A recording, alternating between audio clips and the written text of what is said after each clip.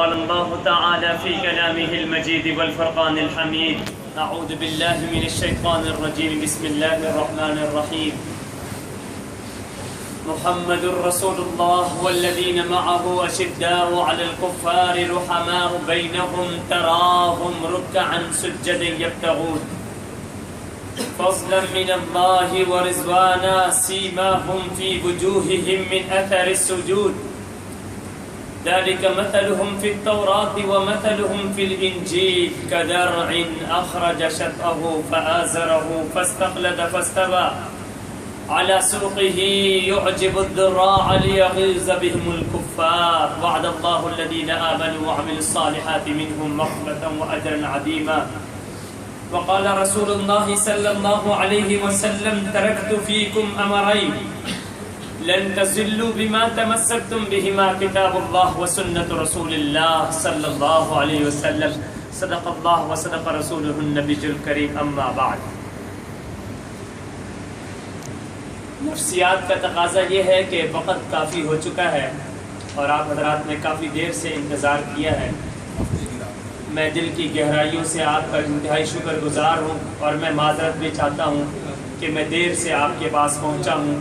بارش ہو رہی تھی اور ٹریفک زیادہ جام تھی، ٹیکسی میں آنا ہوا، تو اس معذرت کے پیش کرنے کے بعد کوشش کروں گا کہ اختصار کے ساتھ چند موٹی اور مضبوط باتیں آپ حضرات کے سامنے پیش ہو جائیں. تمہیدی باتوں کو چھوڑتے ہوئے میں اور آپ ہم سب اللہ تعالیٰ کے حضور شکر گزار ہو جائیں کہ اللہ تعالیٰ نے ہمیں ایک اور نعمت سے بھی نوازا ہے. قرآن کا ایک اصول ہے، حدیث کا ایک اصول ہے، اگر قرآن و حدیث کے ذخیرے میں غور کیا جائے تو قرآن وارننگ، دھمکی، غصہ، عذاب کا ذکر قرآن ایک ایسی بات کے اوپر کرتا ہے جس بات کا کرنا مسلمانوں کے لیے مشکل نہیں ہوتا اگر وہ اسے مشکل نہ سمجھیں، آسان ہوتا ہے. قانون آسان بنایا جاتا ہے مگر عمل سختی سے کروایا جاتا ہے. یہ پوری دنیا کا لا ہے، پوری دنیا کا قانون ہے کہ قانون آسان بناؤ مگر جو بن جائے وہ پتھر پہ لکیر ہو جائے. چنانچہ قرآن کے ذخیرے پہ غور کریں تو قرآن کے ذخیرے میں ایک آیت آتی ہے لَإِن شَكَرْتُمْ لَأَزِيدَنَّكُمْ وَلَإِن كَفَرْتُمْ إِنَّ عَذَابِي لَشَدِيدٌ. میری درخواست ہے، اب ماشاءاللہ کافی وقت میں بیٹھ گیا ہے، اب ذرا توجہ فرمائیں گے کیونکہ آپ کی توجہ نہیں ہوگی تو پھر میں گفتگو بھی پورے شرح صدر سے نہیں کر سکوں گا. اس لیے خاموشی کی بھی درخواست ہے اور میں بعد میں قرآن کی آیت پڑھوں گا. اور جب قرآن کی آیت پڑھی جاتی ہے وَإِذَا قُرِئَ الْقُرْآنُ فَاسْتَمِعُوا لَهُ، جب قرآن پڑھا جائے گا فَاسْتَمِعُوا لَهُ، اس کو سنو، آرڈر ہے یہ. فَاسْتَمِعْ، استمع يستمع، استمع استمعا استمعوا. اے مومنو، اے ایمان والو، غور کے ساتھ، توجہ کے ساتھ سماعت کرو، سنو. لئن شکرتم، اگر تم شکر ادا کرو گے تو پھر میں یہ انعام زیادہ کروں گا.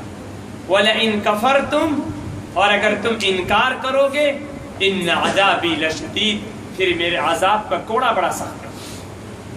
اب انسان کے ذہن میں یہ سوال آ سکتا تھا کہ شکر کرنے کے لیے شاید 2 رکعت نفل پڑھنی پڑے گی، شاید وضو کرنا پڑے گا، شاید سر پہ ٹوپی رکھنی پڑے گی، شاید ہاتھ میں بڑی سی تصویر رکھنی پڑے گی، شاید گھر سے روانہ ہو کر مسجد کا رخ کرنا پڑے گا، وہاں مولوی صاحب کے سامنے حاضر ہونا پڑے گا، یا ایک مخصوص ٹائم کا اور وقت کا انتظار کرنا پڑے گا، تب جا کر کچھ ورڈز اور کچھ الفاظ استعمال کرنے پڑیں گے تو شاید شکر ادا ہوگا. نہیں، بلکہ اللہ تعالیٰ نے شکر کو بڑا آسان کر دیا اور شکر کو بہت آسان پیش کر دیا. اور شکر یہ ہے کہ تمہارے لیے کوئی الفاظ کہنا بھی کوئی ضروری نہیں، 2 رکعت نفل پڑھنا بھی کوئی ضروری نہیں، گھر سے نکلنا بھی ضروری نہیں، وضو کرنا بھی ضروری نہیں ہے. اور آپ کو اپنے اہتمام سے کسی مسجد کے اندر جانے کی بھی کوئی ضرورت نہیں ہے، بلکہ اگر تم دل کے ساتھ، سچے دل کے ساتھ صرف اظہار کر دو کہ یا اللہ یہ نعمت آپ نے عطا کی ہے، اس کا شکر ہے، بس یہیں سے شکریہ ادا ہو جائے، اس کے لیے کوئی الگ سے لمبا کام کرنے کی ضرورت نہیں ہے۔ اس لیے اللہ تعالیٰ فرما رہے ہیں اے مومنو، جب کوئی انعام مل جائے تو اس پر شکر ادا کرو۔ آج کی یہ رات، آج کی یہ محفل، آج کا یہ قرآن کا پڑھنا اور یہ پورے قرآن کا ختم ہو جانا عام مسلمان کے لیے تو شکر کی بات ہے ہی ہے، مگر ہانگ کانگ میں رہنے والے، اس کفر کے ملک میں رہنے والے مسلمانوں کے لیے زیادہ شکر اور انعام اور فخر کی بات ہے، اور ہمیں اللہ تعالیٰ کے دربار میں سر بسجود جھکے رہنا چاہیے کہ یا اللہ تیرا لاکھ لاکھ شکر ہے کہ آپ نے قرآن کی نعمت سے ہمیں نوازا ہے۔ ہماری نسل میں آج بھی ایسے بچے موجود ہیں، ہمارے بچوں میں، ہماری اولادوں میں، ہماری گھروں میں، ہماری عورتوں میں، ہماری بچیوں میں، ہماری نسل میں، ہمارے رشتہ دار اور پڑوس اور سوسائٹی کے اندر آج بھی اللہ نے ایسی اولادیں ہم کو عطا کر رکھی ہے کہ جن اولادوں کے سینوں پہ قرآن پرنٹ ہے، قرآن نقش ہے، اور وہ اس نقش شدہ قرآن کو دنیا کے سامنے پیش کرتے ہیں، اور میں اور آپ دونوں مل کر سنتے ہیں۔ اس سے بڑھ کر دنیا میں اور کیا انعام ہو سکتا ہے؟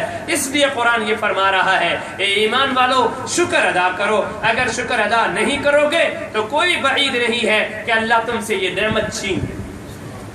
یہ ٹھیکہ کسی قوم کا نہیں ہے، کسی بستی کا نہیں ہے، کسی نسل کا نہیں ہے، یہ اللہ کی مرضی کے اور تکوین کے کام ہیں۔ جو قوم قدر کیا کرتی ہے، جو نسل قدر کیا کرتی ہے، اللہ یہ انعام انہی کو دیا کرتا ہے۔ آپ کو پتا ہونا چاہیے پچھلی تاریخ میں کیا ہوا ہے۔ پچھلی تاریخ میں یہ ہوا ہے کہ جس جگہ پہ نبی اکرم صلی اللہ علیہ وسلم کا وجود ہوا ہے، اللہ نے اس جگہ کو مرکزیت عطا کی ہے، اس جگہ کو قوت عطا کی ہے، اس جگہ کی اہمیت بیان کی ہے۔ اگر نبی اکرم صلی اللہ علیہ وسلم مدینہ میں تھے تو اللہ نے مدینہ کی قسمیں کھائی ہے، لا اقسم بہذا البلد وانت حل بہذا البلد۔ اگر نبی اکرم صلی اللہ علیہ وسلم مکہ میں تھے تو اس مکہ کا ذکر بھی قرآن میں آیا ہے، ان اول بیت وضع للناس للذی ببکۃ مبارک وہدی للعالمین۔ ام القرآ کے لفظ کہا جا رہا ہے ھذا البلد وَإِذْ قَالَ إِبْرَاهِيمُ رَبِّ اجْعَلْ ھذا البلد۔ جس جگہ پہ نبی اکرم صلی اللہ علیہ وسلم جا رہے ہیں وہ جگہ مرکز بنتی چلی جا رہی ہے۔ نبی اکرم صلی اللہ علیہ وسلم احد میں ہیں، دین کا اسلام کا مرکز احد بنا ہے۔ نبی اکرم صلی اللہ علیہ وسلم بدر میں ہیں، دین کا اور اسلام کا مرکز بدر بنا ہے۔ نبی اکرم صلی اللہ علیہ وسلم شام میں تجارت کرنے گئے ہیں، دین کا اور اسلام کا مرکز شام بنا ہے۔ نبی اکرم صلی اللہ علیہ وسلم مکہ سے مدینہ سے مکہ کی طرف عمرہ کرنے آ رہے ہیں، یہ راستہ دین کا مرکز بنا ہے۔ نبی اکرم صلی اللہ علیہ وسلم اگر عائشہ کے بستر پر ہے تو وہ عائشہ کا بستر اسلام کا اور دین کا مرکز بنا ہے۔ نبی اکرم صلی اللہ علیہ وسلم اپنے حجرے مبارک میں بیٹھے ہوئے ہیں، وہ حجرہ مبارک اسلام اور دین کا مرکز بنا ہے۔ یہ مرکزیت نبی کے ساتھ خاص تھی، اس کے بعد کسی قوم کے ساتھ یہ مرکزیت خاص نہیں ہوئی ہے۔ اس کے بعد اللہ نے یہ مرکزیت، یہ قوت، یہ طاقت، یہ حیثیت، یہ اہمیت اللہ نے ہر اس قوم کو عطا کی ہے جس قوم نے قرآن کے ساتھ تعلق جوڑا ہے۔ چنانچہ نبی اکرم صلی اللہ علیہ وسلم جب اس دنیا سے آنکھ موڑ کے چلے گئے تو پھر یہ مرکزیت شام میں منتقل ہو گئی۔ صحابہ کرام کا ایک بڑا لشکر شام چلا گیا، صرف 10,000 قبریں مدینہ منورہ کے اندر ہے، بقیہ قبریں مدینہ میں نہیں ہے، مکہ میں نہیں ہے۔ کوئی شام چلا گیا ہے، کوئی روم چلا گیا ہے، کوئی فارس چلا گیا ہے، کوئی غرناطہ چلا گیا ہے، کوئی اندلس چلا گیا ہے، کوئی قرطبہ کی وادیوں میں جا کے سو گیا ہے، کوئی افریقہ میں چلا گیا ہے، کوئی پاکستان اور ہندوستان کی سرزمین پر آیا ہے۔ جس قوم نے ان صحابہ کرام کو اپنے گلے لگایا ہے، قرآن کو اپنے سینے سے لگایا ہے، جس قوم نے اس قرآن کا احترام کیا ہے، اللہ نے یہ مرکزیت انہی کو عطا کی ہے۔ چنانچہ ایک زمانہ آیا کہ مدینہ کے بعد مرکزیت شام منتقل ہوئی، پھر ایک زمانہ آیا کہ شام کے بعد یہ مرکزیت عراق عراق میں منتقل ہوئی. پھر ایک زمانہ آیا کہ شام کے بعد عراق کے بعد یہ مرکزیت کربلا کے میدان سے ہوتے ہوئے اندرس سے منتقل ہوئی ہے. پھر ایک زمانہ آیا ہے کہ غرناطہ کے اندر قرطبہ کے اندر یہ مرکزیت منتقل ہوئی ہے. اور پھر یہ موجودہ زمانہ ایسا آیا ہے کہ یہ ساری دنیا کی مرکزیت ہمارے بر صغیر پاک و ہند کو ملی ہے. آج الحمدللہ بر صغیر کے لوگوں نے، ہندوستان کے لوگوں نے، پاکستان کے لوگوں نے قرآن کو اپنے سینے سے لگایا ہے. آج پوری دنیا کے علم کا مرکز، پوری دنیا کے اسلامائزیشن کا مرکز، پوری دنیا کے دین کا مرکز اگر پوری دنیا میں کوئی ہے تو وہ ہمارے پاکستان اور ہندوستان کی سرزمین.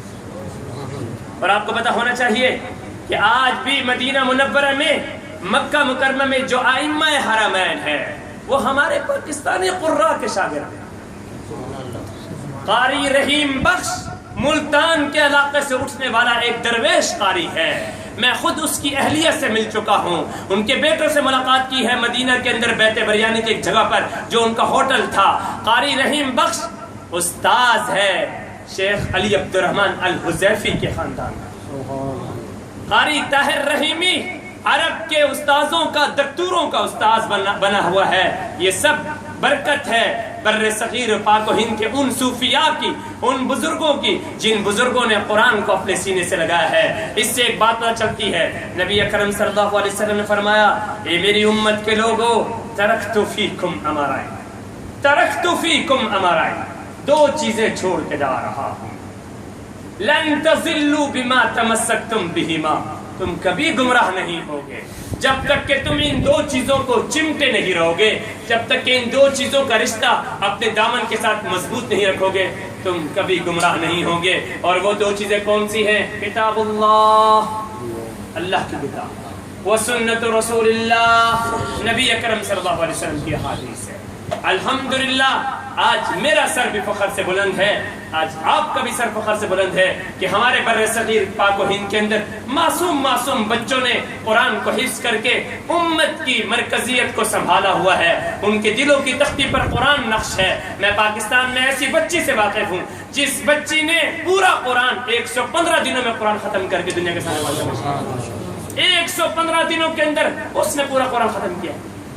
کیا آپ اس ہانگ کانگ کے اندر میرے اس ادارے کے شاگردوں کو نہیں دیکھ سکتے ہیں جن لڑکوں نے قرآن پاک کو کمپیوٹر انداز سے یاد کیا تھا، آیت نمبر کے اعتبار سے یاد کیا تھا، صفحہ نمبر کے اعتبار سے یاد کیا تھا، سورت نمبر کے اعتبار سے یاد کیا تھا، پیچھے والی آیت کون سی ہے، آگے والی آیت کون سی ہے، اس صفحے کی اوپر والی آیت کون سی ہے، اس صفحے کی نیچے والی آیت کون سی ہے. تبھی دکتور نے کہا تھا مدینہ میں مسجد قباء میں جب میں ان بچوں کو لے کر گیا تھا تو مسجد قباء کے امام نے یہ کہا تھا، اے بچے معکل جن، تیرے ساتھ جن ہے جو تجھے جوابات دے رہا ہے، تو خود نہیں پڑھ رہا.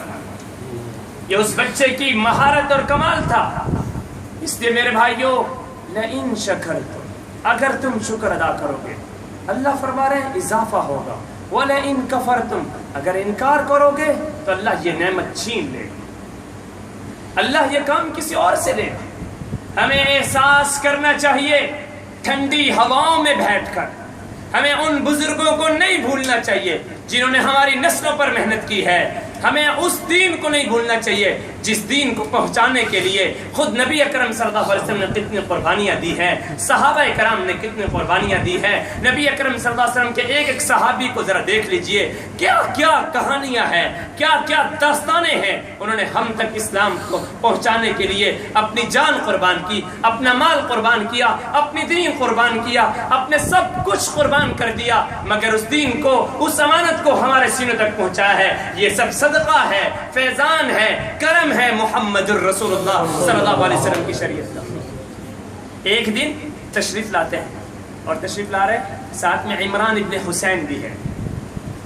نبی اکرم صلی اللہ علیہ وسلم اور عمران ابن حسین دونوں جاتے ہیں حضرت فاطمہ کے گھر پہ اور بیٹی کو کہتے ہیں، بیٹی میرے ساتھ عمران ہے، اگر کوئی چادر ہے تو پردہ کر لو، میں آنا چاہ رہا ہوں، ملنے آنا چاہ رہا ہوں.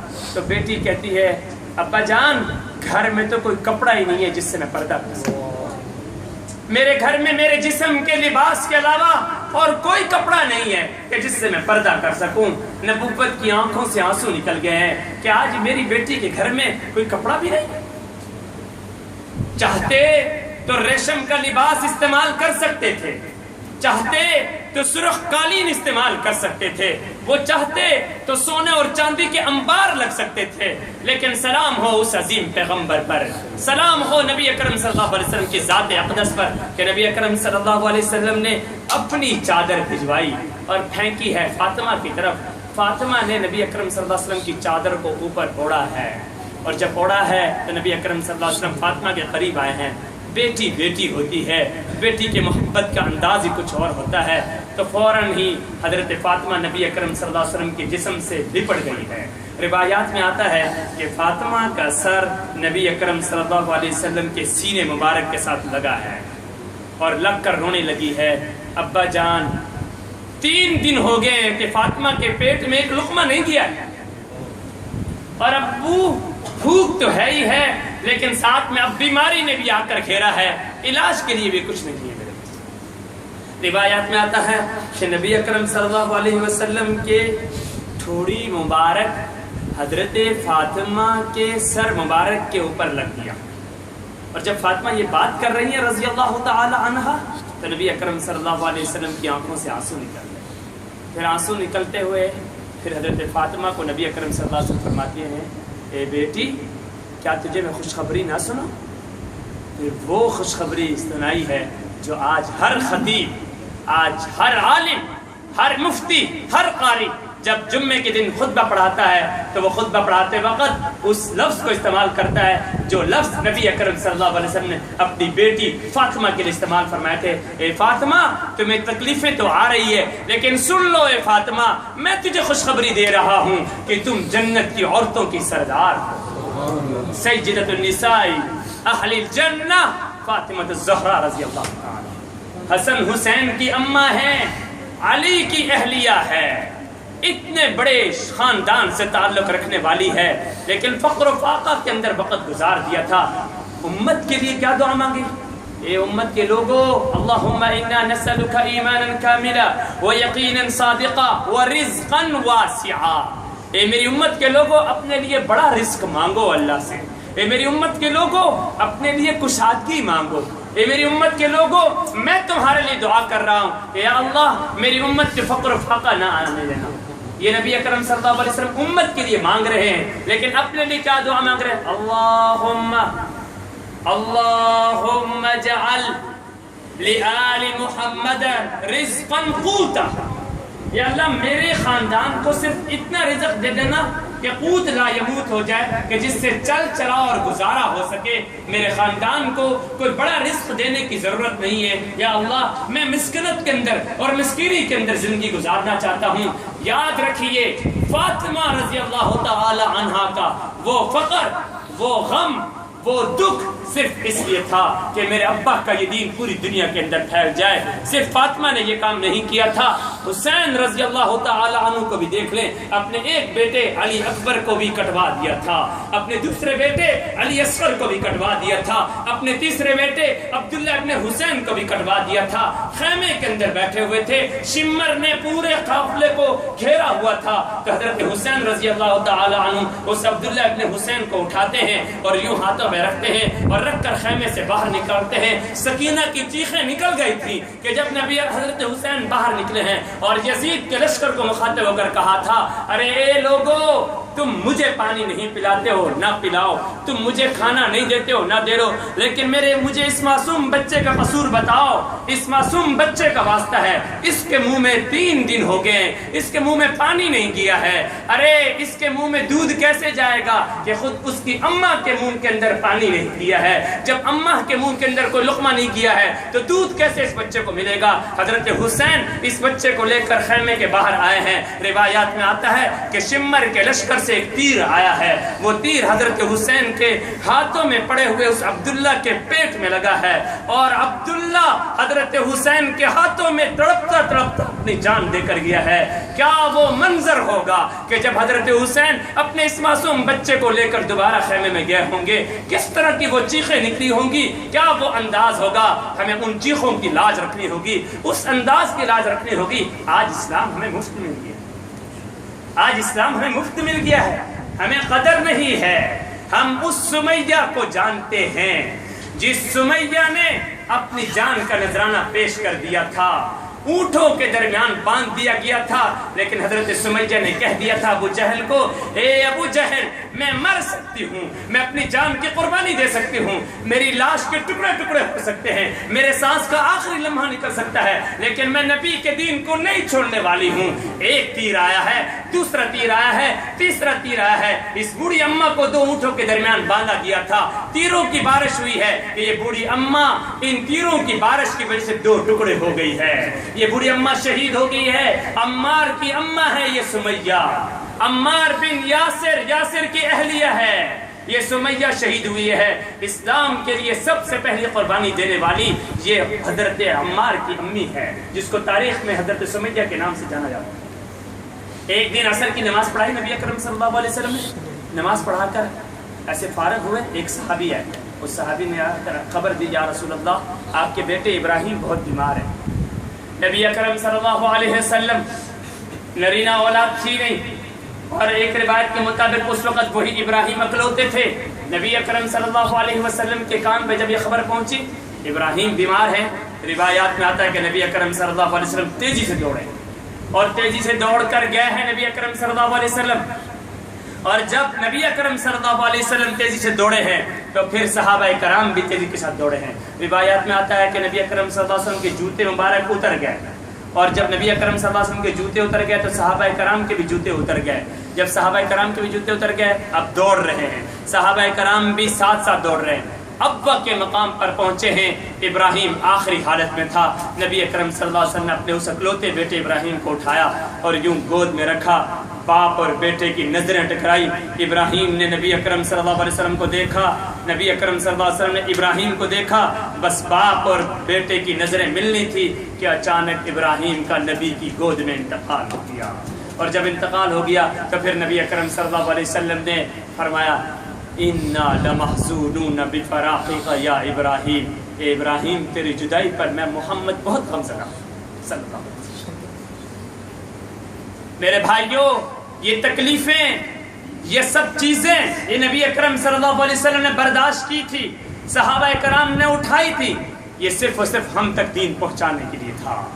جب ایک معصوم بچے کو پکڑا تھا ایک پیغمبر نے، اور اس پیغمبر نے اور نبی نے پکڑ کر اس معصوم بچے کو قتل کر دیا تھا، وجہ یہ بیان کی تھی کہ اس بچے کو میں اس لیے قتل کر رہا ہوں کہ یہ بچہ بڑا ہو کر نبوت کا دعویٰ کرنے والا ہے، اور یہ بچہ بڑا ہو کر دوسرے کو گمراہ کرنے والا ہے۔ میں اس بچے کو ختم اس لیے کر دیتا ہوں تاکہ یہ بچہ دوسرے کے ایمان کے لیے خطرہ نہ بن جائے، یہ بچہ کہیں دوسروں کے ایمان کو خراب نہ کر دے۔ اللہ نے اس بچے کی بدولت ایک دوسرا بیٹا اس کو عطا کر دیا تھا تاکہ اس کے خاندان میں ٹھنڈک مل جائے، تاکہ اس کا کلیجہ ٹھنڈا ہو جائے۔ اللہ تعالیٰ نے اس باپ کی، اس ماں کے ایمان کی حفاظت کی تھی، مگر بچے کو اٹھا لیا۔ اس سے ایک بات پتہ چلتی ہے میرے بھائیوں، ایمان، نبی اکرم صلی اللہ علیہ وسلم، اس دنیا میں سب سے زیادہ مضبوط ایمان تو نبی اکرم صلی اللہ علیہ وسلم، لیکن پھر کیا ہو رہا ہے کہ نبی اکرم صلی اللہ علیہ وسلم کی ایک دعا بار بار مانگ رہے ہیں، اللہم حبب الینا الایمان، اللہم حبب الینا الایمان وزینہ فی قلوبنا وکرہ الینا الکفر والفسوق والعصیان۔ آج کچھ روشن خیال پیدا ہو جاتے ہیں، کچھ نئی نئی باتیں کرتے ہیں، کہتے ہیں مفتی صاحب ہمارا ایمان بڑا مضبوط ہے، ہمارا ایمان بہت مضبوط ہے۔ بھئی اصل ایمان دل کا ہونا چاہیے، نماز پڑھنے کی ضرورت نہیں ہے، پردہ کرنے کی ضرورت نہیں ہے، بس یہ مولویوں نے، مفتیوں نے، قاریوں نے ایک نئی نئی باتیں نکالی ہوئی ہے۔ ہمارا ایمان بہت مضبوط ہے، انجیکشن لگاتے ہیں دین پر، اسلام میں اپنی منمانی تعبیر کر کے، انہیں احساس نہیں ہے کہ نبی نے اپنے کلمے کو پہنچانے کے لیے کتنے تکلیف اٹھائی تھی، اور آج اسلام پر نئے نئے اعتراضات کر کے اس کی تصویر کو خراب کیا جاتا ہے۔ کراچی کے اندر ایک جمعے سے ہم باہر نکلے تو ہمارے بھائی صاحب کو ایک صاحب نے کہا، اللہ کو وہ گناہگار بندہ زیادہ پسند ہے جس سے گناہ ہو جائے مگر وہ جھک جائے، وہ بندہ پسند ہے بنسبت اس آدمی کے جس سے گناہ ہو جائے وہ ڈٹ جائے، بنسبت اس آدمی کے مجھ سے گناہ ہو رہا ہے میں اللہ سے معافی مانگوں، یا اللہ مجھ سے گناہ ہوا ہے، میں نماز نہیں پڑھ سکا، یا اللہ مجھے معاف کر دینا، یا اللہ آپ کے نبی کا صدقہ ہے تو فعل ہے مجھے معاف کر دینا۔ یہ باتیں اللہ کو اچھی لگ رہی ہیں، لیکن بنسبت اس آدمی کے کہ جی نماز پڑھنے کی کوئی ضرورت نہیں ہے، بس دل میں ذکر کر لیا کرو یہی کافی ہے، چنانچہ ایک صاحب کہنے لگے کہ یہ جو مولویوں نے مسئلہ نکالا ہوا ہے کہ شلوار ٹخنوں سے اوپر کی جائے، یہ مولویوں کا مسئلہ ہے، یہ حدیث وغیرہ میں کہیں نہیں، اور حدیث میں جو آیا ہے وہ اس وجہ سے آیا تھا کہ اصل میں مدینہ کی گلیوں میں کچرا بہت ہوا کرتا تھا، مدینہ کی گلیوں کے اندر جو ہے وہ پیشاب اور جانوروں کے لید وغیرہ بہت ہوا کرتی تھی، اس کو دیکھ کر نبی اکرم صلی اللہ علیہ وسلم نے فرمایا تھا کہ اپنی شلواروں کو ٹخنوں سے اوپر رکھو۔ آج کے دور میں تو اچھی اچھی سڑکیں بن گئی ہیں، گھر سے باہر نکلو، کار پہ بیٹھو، MTR پہ بیٹھو اور ٹیکسی پکڑو، سیدھا مسجد جاؤ، اب وہ کچرا مچرا سب ختم ہے، جب وہ کچرا بھی نہیں ہے سڑکوں پہ، لہذا یہ مسئلہ بھی ختم ہو۔ انہی میں سے ایک طبقہ ایسا پیدا ہوا جو روشن خیالی کے نام پہ اسلام پر دھبے ڈالتا ہے، اور وہ طبقہ کیا پیدا ہوا، اس نے یہ کہنا شروع کر دیا کہ جی اسلام میں خنزیر حلال ہے۔ کیوں حلال ہے؟ کہ اس زمانے کے اندر وہ گند کھایا کرتے تھے، گندی چیزیں کھایا کرتے تھے اور مردار کھایا کرتے تھے، کچرا کنڈیوں پہ جایا کرتے تھے۔ آج کے دور میں تو اچھے اچھے فارم ہاؤس بن گئے ہیں، آج کے دور کے اندر تو ان کو اچھی انگریڈینٹس دی جاتی ہے، اچھی غذا دی جاتی ہے، لہذا اب جائز۔ ان کو شرم نہیں آتی کہ جس دین کے لیے ان صحابہ کرام نے افریقہ کے صحراؤں میں، جنگلات میں، سمندروں میں، کہاں کہاں تک ان لوگوں نے وادیوں کو، پہاڑوں کو کراس کرتے ہوئے سمندروں کے اندر اپنے گھوڑے ڈال دیے تھے اسلام کے لیے، آج اسی اسلام کو مظلوم کیا جا رہا ہے، آج اسی اسلام پہ انجیکشن لگائے جا رہے ہیں، آج اسی اسلام پہ روشن خیالی کے دعوے دھارے جا رہے ہیں۔ میرے بھائیو، یہ فتنے اکثر و بیشتر غیر ملک ممالک کے اندر زیادہ ہو رہے ہیں۔ پاکستان کے اندر یہ فتنے زیادہ نہیں اٹھ سکتے کیونکہ وہاں علماء، مدارس، مساجد کا ایک بڑا جال ہے۔ یہ فتنے پیدا ہوتے ہیں امریکہ میں، برطانیہ میں، کینیڈا میں، یورپ میں، ہانگ کانگ میں۔ یہ اس طرح کے فتنے یہاں پہ اٹھتے ہیں اور وہ نت نئی باتیں کر کے قوم کو گمراہ کرنے کی کوشش کرتے ہیں۔ اس لیے نبی اکرم صلی اللہ علیہ وسلم نے فرمایا تھا، اللہم حبب الینا الایمان، یا اللہ میرے ایمان کو سلامت رکھنا۔ حالانکہ نبی کا ایمان تو سلامت تھا، وہ مجھے اور آپ کو سکھا رہے تھے کہ اے لوگو اپنے لیے دعا مانگو کہ یا اللہ میرے ایمان کو سلامت رکھنا، یا اللہ میرے ایمان کو متزلزل نہ ہونے دینا، یا اللہ میرے ایمان میں ڈگمگاہٹ نہ آ جائے، یا اللہ میرے ایمان کے اندر ہچکچاہٹ نہ آ جائے۔ یہ دعا نبی اکرم صلی اللہ علیہ وسلم مانگا کرتے تھے۔ عزم کیجئے میرے بھائیوں، ارادہ کیجئے کہ اپنے ایمان کو محفوظ کریں گے، اپنے نسلوں کو ایمان کا شدائی بنائیں گے۔ آج ہماری نوجوان نسل اداکاروں کے، فلموں کے ڈائیلاگ کے اور مختلف قسم کی غلط چیزوں کی آج ہماری نسل دلدادہ اور عاشق ہو گئی ہے۔ آج وہ ہماری نسل قرآن کی دلدادہ اور عاشق نظر نہیں آتی۔ ہم تاریخ میں اس بچے سے واقف ہے جس بچے کی ماں نے اپنے اس معصوم بچے کا نام محمد رکھا تھا، اس لیے کہ محمد الرسول اللہ صلی اللہ علیہ وسلم کا نام محمد ہے، اور اس وجہ سے رکھا تھا کہ میرا یہ بیٹا جب بڑا ہو جائے گا یہ نبی اکرم صلی اللہ علیہ وسلم کی حدیثیں یاد کرے گا، نبی اکرم صلی اللہ علیہ وسلم کی احادیث کو اپنے دل میں محفوظ کرے گا۔ یہ بچہ بڑا ہوا ہے، تاریخ میں آتا ہے کہ ابھی یہ کچھ ہی سال کا تھا کہ یہ بچہ نابینا ہو گیا ہے، اس کی آنکھیں ختم ہو گئی ہے۔ ماں روتی ہے کہ یا اللہ میں نے تو اپنے بیٹے کا نام محمد تو اس لیے رکھا تھا کہ یہ آپ کے پیارے محبوب نبی اکرم صلی اللہ علیہ وسلم کی حدیثیں یاد کرے گا، اس کی تو آنکھیں ختم ہو گئی ہیں، یہ کیسے یاد کرے گا؟ ماں روتی ہے، چیختی اور چلاتی ہے، گڑ گڑا کر روتی ہے، یا اللہ میرے اس بیٹے کو آنکھیں عطا کر دے۔ یہ ماں سجدے میں گرتی ہے، روتی رہتی ہے، مصلے پہ گر جاتی ہے، بار بار اللہ سے مانگتی ہے۔ اسی رونے رونے کے اندر، اسی حالت کے اندر ایک عالم طاری ہوتا ہے، ماں سو جاتی ہے، خواب آتا ہے اور اس خواب میں تشریف لاتے ہیں محمد الرسول اللہ صلی اللہ علیہ وسلم، اور اس ماں کو بشارت دیتے ہیں، اے اماں جا اب اٹھ اور جا کے اپنے بیٹے کو اٹھا، اب جب تیرا بیٹا اٹھے گا تو اللہ نے اس کو آنکھیں عطا کی بھی ہوں گی۔ یہ ماں دوڑتی ہوئی گئی ہے اور جا کر اس بیٹے کو کہتی ہے استیقظ یا محمد، اے محمد اٹھ جا، اے محمد یہ بیٹے اٹھ جا۔ وہ بچہ اٹھتا ہے تو دیکھنا شروع کرتا ہے، وہ بچہ ہالنا شروع کر دیتا ہے، نظام کو دیکھنا شروع کر دیتا ہے۔ ماں پوچھتی ہے بیٹا یہ میرے ہاتھ میں کیا چیز ہے؟ بیٹا کہتا ہے امی یہ تسبیح ہے۔ پھر ماں پوچھتی ہے بیٹا میرے اس ہاتھ میں کیا ہے؟ وہ بیٹا کہتا ہے امی یہ مسلح ہے۔ پھر وہ ماں کہتی ہے بیٹا مجھے دیکھ رہے ہو کہ میں کون ہوں؟ تو وہ بیٹا کہتا ہے اماں آپ ماں ہیں، امی ہے، چنانچہ یہ ماں شکر ادا کرنے کے لیے دوبارہ سجدے میں گر جاتی ہے، یا اللہ تیرا لاکھ لاکھ شکر ہے کہ تو نے میرے بیٹے کی آنکھیں عطا کر دی ہے، بینائی مل چکی ہے میرے بیٹے کو، لیکن میں وعدہ کرتی ہوں کہ میں اپنے اس بیٹے کو عاشق رسول بناؤں گی، نبی اکرم صلی اللہ علیہ وسلم کی حدیثیں یاد کرواؤں گی۔ چنانچہ یہی بچہ 12ویں سال میں، 13ویں سال میں، 17ویں 18ویں 19ویں سال میں پہنچتا ہے، حافظ قرآن بن جاتا ہے یہ بیٹا۔ پھر اس لڑکے نے، اس بچے نے احادیث میں 7,500 حدیثیں زبانی یاد کی ہے۔ تاریخ اس بچے کو کس نام سے یاد کرتی ہے اسے آپ بھی جانتے ہیں، اسے میں بھی جانتا ہوں، پوری دنیا اس بچے کو جانتی ہے۔ تاریخ اس بچے کا نام امام بخاری بنتی ہے۔ یہ وہ ہے امام بخاری، یہ وہ مائیں تھیں، یہ وہ نسلیں تھیں۔ آج یہ مائیں اور یہ بہنیں ہمارے گھروں میں نظر نہیں آتی ہے۔ ہم اس ماں کو بھی جانتے ہیں جس ماں نے اپنے شوہر کو رخصت کرتے ہوئے کہا تھا کہ اے میرے شوہر، اے میرے سرتاج، آج کے دن گھر میں کھانا نہیں ہے، آٹا نہیں ہے، گھر میں گندم نہیں ہے، خیال رکھنا۔ یہ شوہر گیا ہے پورا دن گھومتا رہا ہے۔ تاریخ اس شوہر کا نام ابو عبد الرحمن کے نام سے بتاتی ہے۔ یہ ابو عبد الرحمن پورا دن گھومتا رہا ہے، اسے کوئی روزی نہیں ملی، اسے کوئی راشن نہیں ملا، کوئی مزدوری نہیں ملی۔ شام کو تھکا ہارا ہوا دوبارہ گھر پہ آتا ہے، گھر پہ آ کر بیوی سے سوال کرتا ہے کچھ کھانے کی چیز ہے تو عطا کر دو۔ اسے تو پتہ نہیں تھا کہ صبح مجھے میری بیوی یہ کہہ چکی تھی، بھول چکا تھا، تھکا ہارا تھا۔ تو بیوی کہتی ہے اے میرے شوہر، اے میرے سرتاج، میں نے صبح تمہیں بتا دیا تھا کہ گھر میں کوئی کھانے کی چیز نہیں ہے۔ شوہر شرمندہ ہو جاتا ہے کہ مجھے بیوی نے واقعتاً صبح بتا دیا تھا، گھر پہ تو کچھ نہیں ہے۔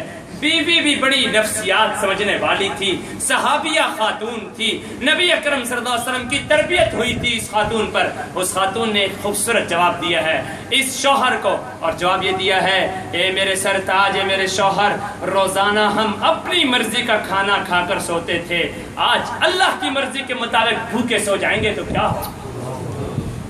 اس ابو عبد الرحمن کو رات کو نیند نہیں آ رہی ہے، بھوکا سو رہا ہے۔ یہ ابو عبد الرحمن صبح ہوتی ہے، پھر ابو عبد الرحمن کام کے لیے نکلتا ہے، بیوی پھر دروازے پہ چھوڑنے آتی ہے۔ یہ سنت ہے، یہ طریقہ سکھائیے اپنے گھروں کے اندر، اپنی خواتین کو سکھائیے کہ اگر شوہر کام کے لیے نکلا کرے تو بیوی پر سنت ہے کہ وہ گھر دروازے تک چھوڑنے آیا کرے، وہ اسے الوداع کرنے آیا کرے۔ یہ بیوی چھوڑنے کے لیے آتی ہے دروازے تک، شوہر کام کے لیے نکل جاتا ہے، پھر دوسرا دن مزدوری کی تلاش میں نکلتا ہے، کچھ نہیں ملتی، دوسرے دن یہ شوہر واپس آتا ہے۔ روایات میں آتا ہے کچھ کھجوریں کسی سے قرض لے کر آتا ہے، وہ 2-3 کھجوریں بیوی کو دیتا ہے اور 2-3 کھجوریں خود کھا جاتا ہے۔ آج یہ دوسرا دن بھی بھوکا سو جاتا ہے۔ تیسرے دن پھر یہ شوہر نکلتا ہے کام کرنے کے لیے، تو وہ بیوی ایک تاریخ ساز بات کرتی ہے۔ جب شوہر باہر نکل جاتا ہے، کچھ قدم باہر نکل گیا تو بیوی پکارتی ہے یا ابا عبد الرحمن، اے میرے شوہر میری بات تو سنو۔ شوہر دوبارہ پلٹتا ہے اور پوچھتا ہے جی کیا بات ہے، کیا کہنا چاہتی ہو؟ تو یہ بیوی کہتی ہے دیکھو مجھے تم پر یقین ہے کہ آج شاید تیسرے دن بھی تمہیں کوئی مزدوری نہ مل سکے، شاید تیسرے دن تمہارے ہاتھ میں کوئی غلہ اناج نہ آئے، مجھے تم پر یقین ہے کہ تم حرام ہے، مجھے ڈر یہ ہے کہ تم میری وجہ سے کہیں حرام کا لقمہ گھر پہ لے آؤ گے۔ سن لو، میں مر سکتی ہوں، کٹ سکتی ہوں، اپنی جان قربان کر سکتی ہوں، لیکن حرام کا لقمہ اپنے گھر میں لانا برداشت نہیں کر سکتی۔ یہ مثالیں پیدا کیجئے۔ آج سوسائٹی کے اندر ایک دوڑ لگی ہوئی، ڈالرز مل جائے، پیسے مل جائے، ایک نوکری ہو رہی ہے، دوسری نوکری ہو رہی ہے، تیسری نوکری ہو رہی ہے، کچھ دیکھا نہیں جا رہا کہ آیا یہ جو پیسہ آ رہا ہے حلال طریقے سے بھی ہے یا نہیں، آیا اس پیسے کو میں جو وصول کر رہا ہوں اس کا حلال طریقہ بھی ہے یا نہیں۔ علماء پاکستان کا، ہندوستان کا متفقہ فیصلہ ہے کہ بینکوں میں رکھی جانے والی رقم سودی طور پہ استعمال ہوتی ہے، لہٰذا مجبوری کے درجے میں اپنی رقم کو کرنٹ اکاؤنٹ میں رکھیے، پی ایل ایس اکاؤنٹ میں مت رکھیے، سیونگ اکاؤنٹ میں مت رکھیے۔ لیکن یہ باتیں ہم ایک مولوی صاحب کی جمعے کی تقریر میں سنتے ہیں اور سن کر دوسرے کان سے نکال دیتے ہیں۔ کیا ہمیں اندازہ نہیں ہے کہ ہماری یہی رقم سود پہ استعمال ہو رہی ہے، ہماری یہی رقم سود کا ذریعہ بن رہی ہے؟ تو کیا اس سود کی رقم سے گھروں میں پرورش آ رہی ہے تو گھر میں کیا ولی اللہ پیدا ہوں گے؟ کیا گھروں میں برکتیں آئیں گی؟ تاریخ میں اس بچے کو اہتمام سے دیکھا گیا ہے، اس ماں کو بھی یاد کیا گیا ہے جس ماں اور گھر میں ساس اور بہو کے درمیان مقابلہ ہوتا تھا کہ تم نے کتنے سپارے پڑھے۔ ساس کہتی تھی میں نے آج 10 سپارے پڑھے، بہو کہتی تھی میں نے آج 5 سپارے پڑھے، دوسرے دن بہو کہتی تھی میں نے آج 15 سپارے پڑھے ہیں، ساس کہتی تھی اچھا تم نے 15 سپارے پڑھے ہیں، میں 20 سپارے پڑھنے کی کوشش کروں گی۔ ان ساس اور بہو میں، ان خاندانی عورتوں میں، ان بچوں میں قرآن کے پڑھنے کے مقابلے ہوا کرتے تھے، ان میں میک اپ اور فیشن کے مقابلے نہیں ہوا کرتے۔ تبھی ان کی کوکھ سے بڑے بڑے ولی اللہ پیدا ہوئے، بڑے بڑے ولی اللہ اور بزرگ پیدا ہوئے جو آج امت کے اندر تبدیلی کا ذریعہ بنا ہے، جنہوں نے امت کی رہبری کا فریضہ انجام دیا ہے۔ ہم ان بزرگوں کی اولاد ہیں، ان نسلوں سے نکلنے والے ہماری آج کی یہ قومیں دنیا بھر کے اندر پھیلی ہے۔ کوئی ہانگ کانگ میں آیا ہے، کوئی یورپ میں گیا ہے، کوئی امریکہ اور کینیڈا کے اندر گیا ہے۔ یہ آج بھی ہم ملا کو پسند کرتے ہیں، آج بھی ہم قرآن کے ساتھ سینے لگاتے ہیں، آج بھی ہم مسجد کے اندر آتے ہیں۔ یہ ان بزرگوں کی محنت ہے جن اکابر نے ہماری نسلوں پر محنت کی تھی اور وہ محنت آج پوری دنیا کے اندر پھیل رہی ہے۔ اس لیے میرے بھائیوں اپنے اندر عزم پیدا کیجیے، جذبہ پیدا کیجیے، اپنی اولادوں کو قرآن کا عاشق بنائیے، اپنی اولادوں کو دین کا عاشق بنائیے، اپنی اولادوں کو اسلام کا عاشق بنائیے، اپنی اولادوں کو دین اور اسلام کی تعبیر کی طرف لائیے کہ قرآن کیا کہہ رہا ہے، حدیث کیا کہہ رہی ہے، حدیث کا ذخیرہ ہمیں کیا کہہ رہا ہے۔ آج کل نئے نئے فتنے پیدا ہو گئے، وہ نئے نئے فتنے نئی نئی باتیں کر کے مسلمانوں کے ذہنوں کو خراب کرتے ہیں۔ کبھی ایک نیا ایشو پیدا ہوتا ہے، کبھی دوسرا ایشو پیدا ہوتا ہے، کوئی فیس بک کے ذریعے سے آ رہا ہے، کوئی گوگل کے ذریعے سے آ رہا ہے، کوئی یوٹیوب کے ذریعے سے آ رہا ہے۔ کچھ دن پہلے میرے کولن مسجد میں ایک صاحب نے مجھ سے سوال کیا، مفتی صاحب یہ فلاں مسئلے سے متعلق مجھے حدیث بیان کی۔ میں نے اس کو حدیث بیان کی، 2 دن کے بعد آیا میں نے بہت سرچ کی ہے، گوگل کے اندر یہ حدیث نہیں۔ ایک المیہ یہ بھی پیدا ہو چکا ہے، گوگل مفتی آ چکے ہیں، مفتی گوگل۔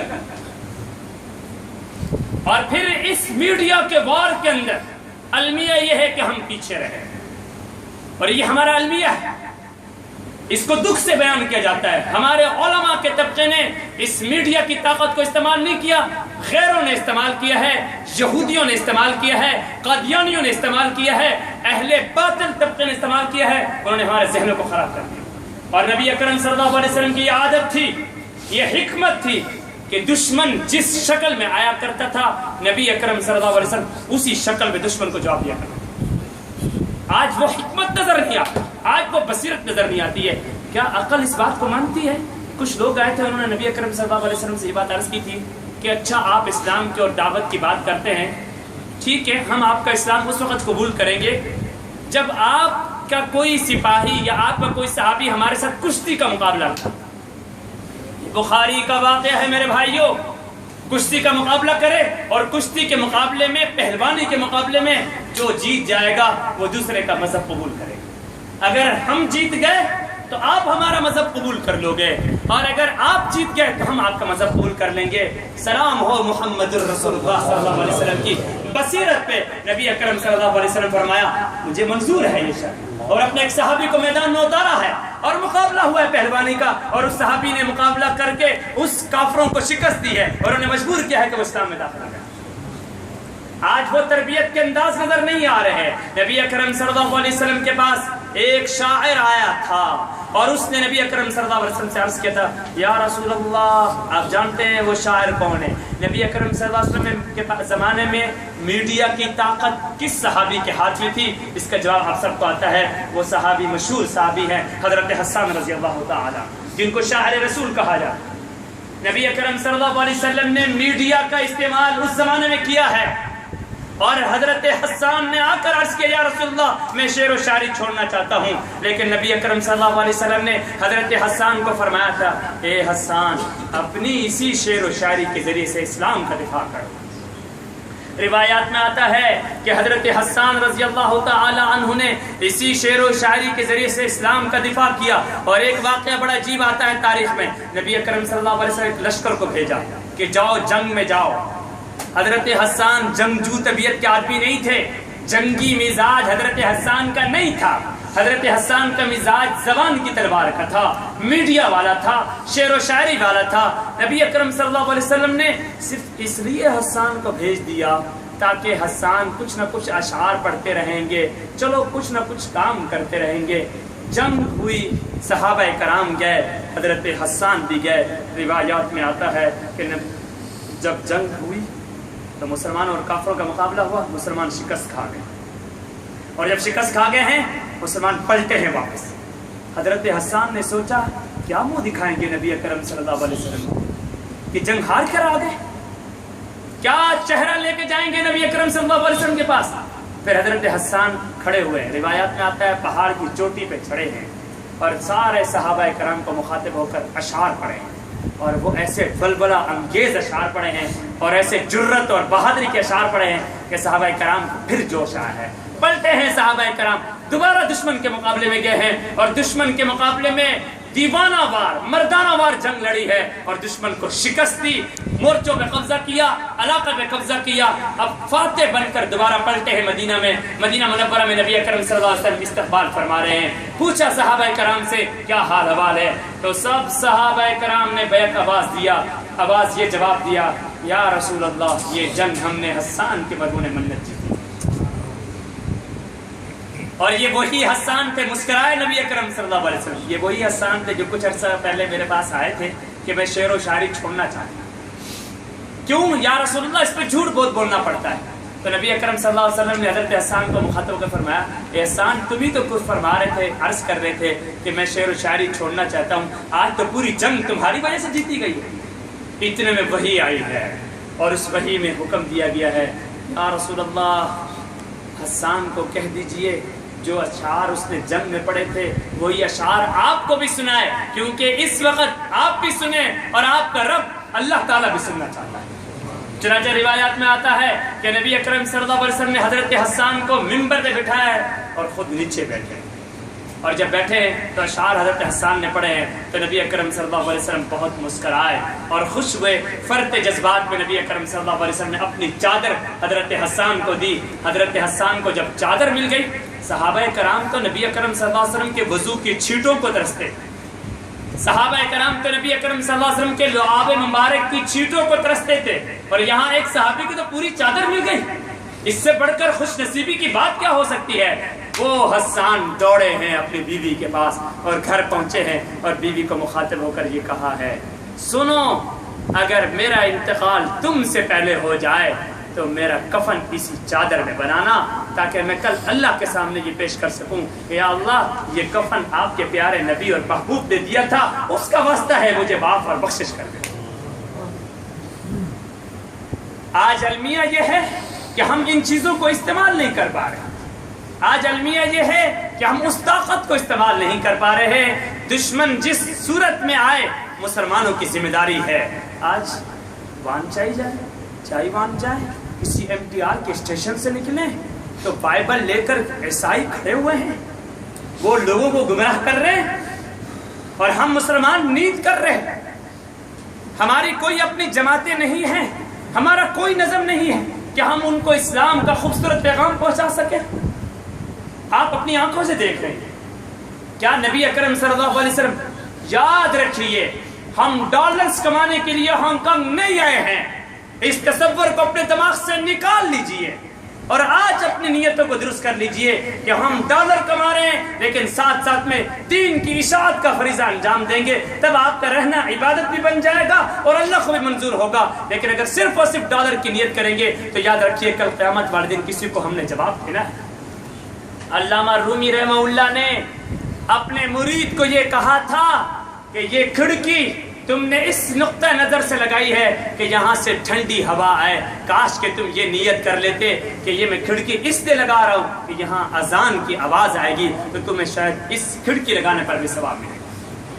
آپ اگرچہ پیسہ کما رہے ہیں، آپ اگرچہ نوکریاں کر رہے ہیں، اگرچہ ڈالرز کما رہے ہیں، لیکن تھوڑی سی نیت کو تبدیل کر لیجئے، تھوڑا سا اپنے ذہن کو تبدیل کر لیجئے، شاید آپ کے اس رہنے پر آپ کو ثواب ملے اور آپ کا ایک لمحہ عبادت بنتا چلا جائے گا۔ اس لیے چیلنج کو سمجھیے، میری پوری تقریر کا محور کیا ہے؟ میری پوری تقریر کا محور یہ ہے، اپنے ایمانوں کی حفاظت کیجیے، اپنے نوجوان نسل کی ایمانوں کی حفاظت کیجیے۔ یہ بات میں بڑے درد دل سے کیوں کر رہا ہوں؟ میں نے 1 مہینہ پہلے HK یونیورسٹی کے اندر جمعہ پڑھایا تھا، وہاں مجھے پاکستانی لڑکے ملے تھے، انہوں نے کہا ہے کہ ہمارے 2 پاکستانی بھائی ایسے ہیں جو مرتد ہو گئے، 2 پاکستانی بھائی ہیں جو مرتد ہو گئے۔ اس علاقے کا امام کل اللہ کو کیا جواب دے گا؟ کیا جواب دے گا اللہ کے دربار میں وہ مفتی کہ جس کے علاقے میں، جس کی سوسائٹی کے اندر مسلمان لوگ مرتد ہو رہے ہیں؟ اور یہ بات کوئی انوکھی بات نہیں ہے، آج بھی آپ پاکستان کے علاقوں میں جائیے، وہاں پہ غریب علاقوں کے اندر NGOs نے، ایمنسٹی انٹرنیشنل کی تنظیموں نے وہاں کے لوگوں کو پیسے کے ذریعے سے خرید کر ان کو عیسائی بنایا۔ قاری طیب صاحب ابھی کچھ دن پہلے یہ بات ارشاد فرما رہے تھے کہ فلپائن کے اندر، کسی ایک ملک کے اندر ہزاروں کی، لاکھوں کی تعداد میں مسلمان تھے، وہاں عیسائی مشینریوں نے جا کر، عیسائی NGOs نے جا کر وہاں لوگوں کو اسلام سے دور کیا ہے اور بستیوں کی بستیوں کو انہوں نے مرتد بنا دیا۔ کیا ہماری ذمہ داری نہیں ہوتی؟ یہاں سے ملائیشیا گھومنے کے لیے جاتے ہیں، یہاں سے سنگاپور گھومنے کے لیے جاتے ہیں، سیر و تفریح کرنے کے لیے، آؤٹنگ کرنے کے لیے، تجارت کے ویزے کرنے کے لیے ہم لوگ جاتے ہیں۔ کبھی ہم نے دین اور اسلام کے لیے بھی کوئی سفر کیا؟ کبھی یہ سوچا کہ دعوت کے اس انداز کو دینے کے لیے ہم ان ملکوں کا سفر کریں؟ اس لیے پہلی بات، اسلام کی حفاظت کیجیے۔ ایک صاحب نے بڑے درد دل کے ساتھ مجھے کہا، مفتی صاحب میرا بیٹا عیسائی اسکول میں پڑھتا ہے یہاں پر، اور وہ سارے طریقے بھی عیسائی سیکھ چکا ہے، میں ہفتے میں 1 دن میرے پاس ہے، میں اس کو لا سکتا ہوں۔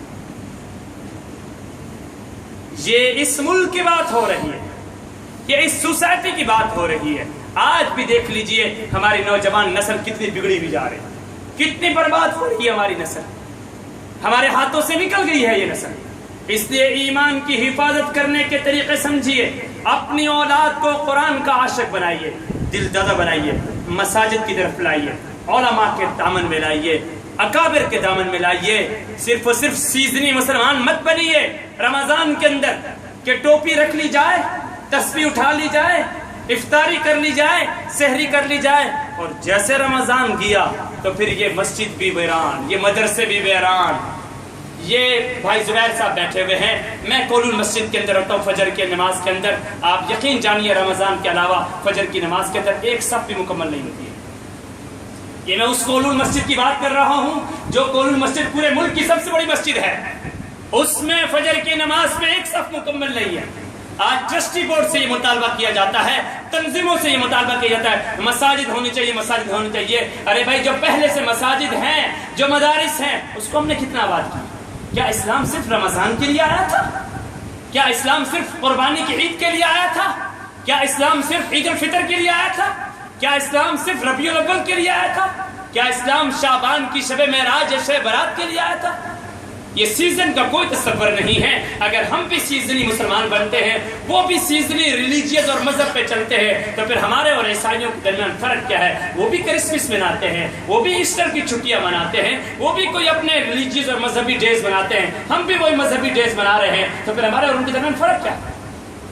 کیا ہے فرق ہمارا؟ چیلنج کو سمجھیے، موجودہ وقت کے چیلنج کو۔ اپنے بچوں کی ایمان کی حفاظت کیجیے، اپنے بچیوں کی ایمان کی حفاظت کیجیے، اپنے آپ کو قرآن اور حدیث کی طرف لائیے، مدارس کی طرف لائیے، علماء کی طرف لائیے۔ ایک صحابی نے عرض کیا تھا، یا رسول اللہ قیامت کب آئے گی؟ نبی اکرم صلی اللہ علیہ وسلم فرمایا تھا، ارے سوال تو تم کر رہے ہو قیامت کب آئے گی، کیا تم نے قیامت کی تیاری بھی کی ہے؟ کیا تیاری بھی کی ہے؟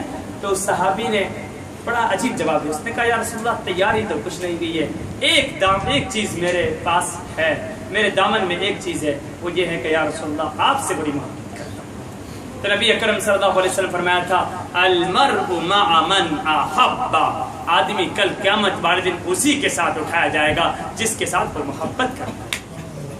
آج ہماری نسل کن سے محبت کر رہی ہے؟ اپنے دامنوں کو، اپنے گھروں کو دیکھ لیجیے۔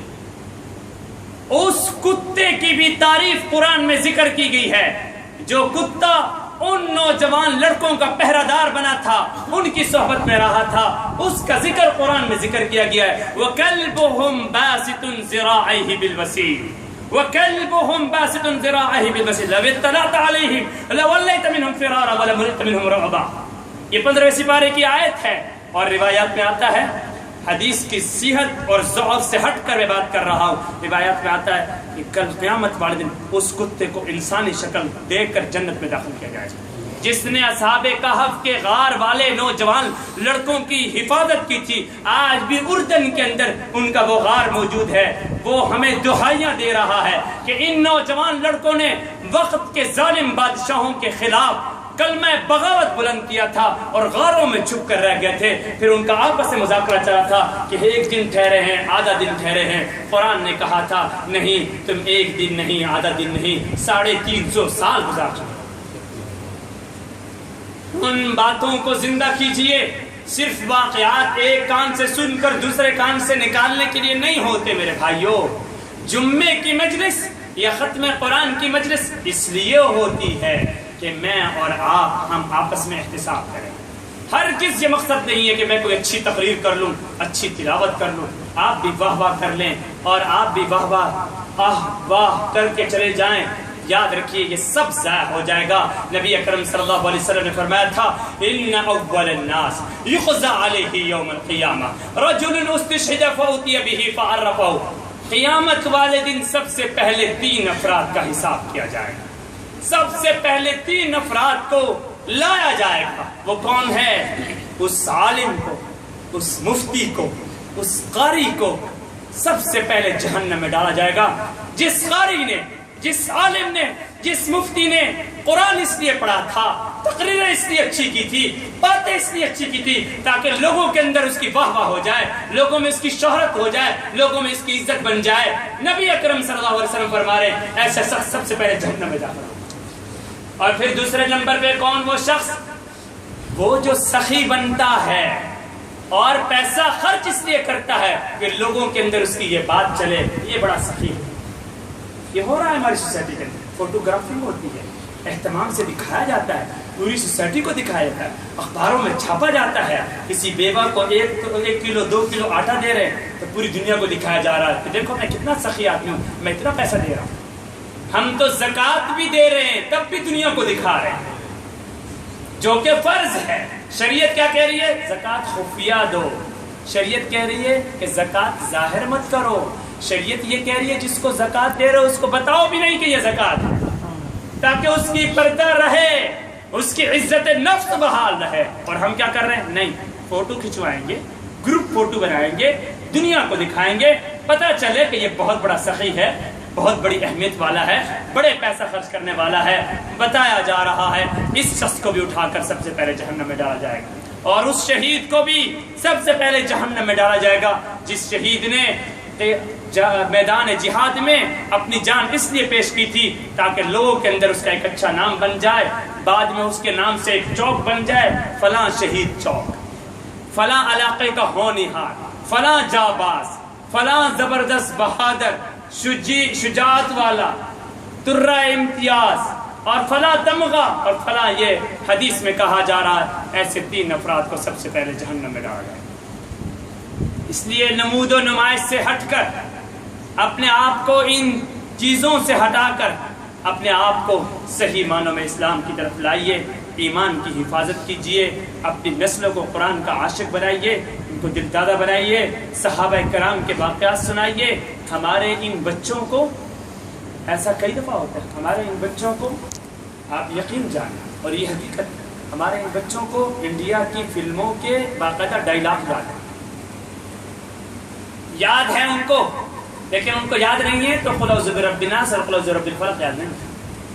میں کولون مسجد میں عشاء کے بعد نوجوانوں کی کلاس لگاتا ہوں، الحمدللہ کو تقریباً 35-40 افراد آتے ہیں، وہاں کے سارے جانتے ہیں۔ ایسی بڑی عمر کے کئی افرادوں سے میں واقف ہوں بڑے افسوس سے کہنا پڑتا ہے، ایسی بڑی عمر کے کئی افراد سے بات ہے وہ جن کو دعائیں قنوت نہیں آتی، 50 سال عمر ہو گئی ہے، دعائیں قنوت نہیں آتی ہے. اور میں نے پوچھا کیا کرتے ہو؟ سب بس 4 قل پڑھ لیتے دعائیں قنوت کی جگہ پہ. تو فلاں مولوی صاحب نے کہا تھا 2 قل پڑھ لیا کرو. اس نے کہا نہیں، اگر آپ 4 قل پڑھ لیا کرو تو یہ دعائیں قنوت کی جگہ کا. یہ مسئلہ غلط، اس کا اسلام سے کوئی تعلق نہیں. اگر آپ کو دعائیں قنوت نہیں آتی ہے تو سیکھیں، اسے یاد کریں. اگر آپ کو پوری نہیں آ رہی ہے تو تھوڑی اگر آتی ہے وہ تھوڑی پڑھیں. اگر آپ نے قرآن ہی پڑھنا ہے تو پھر دعائیں قنوت کیوں ہے؟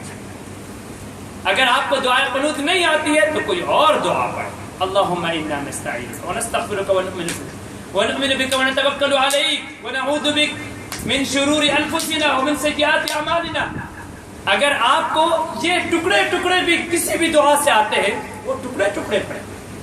ربنا آتنا فی الدنیا پڑھیں، رب اجعلنی مقیم الصلاۃ پڑھیں، بسم اللہ الذی لا یضر مع اسمہ شیء فی الارض ولا فی السماء پڑھیں، اللہم انصر الاسلام والمسلمین پڑھیں، اللہم بارک لنا پڑھیں.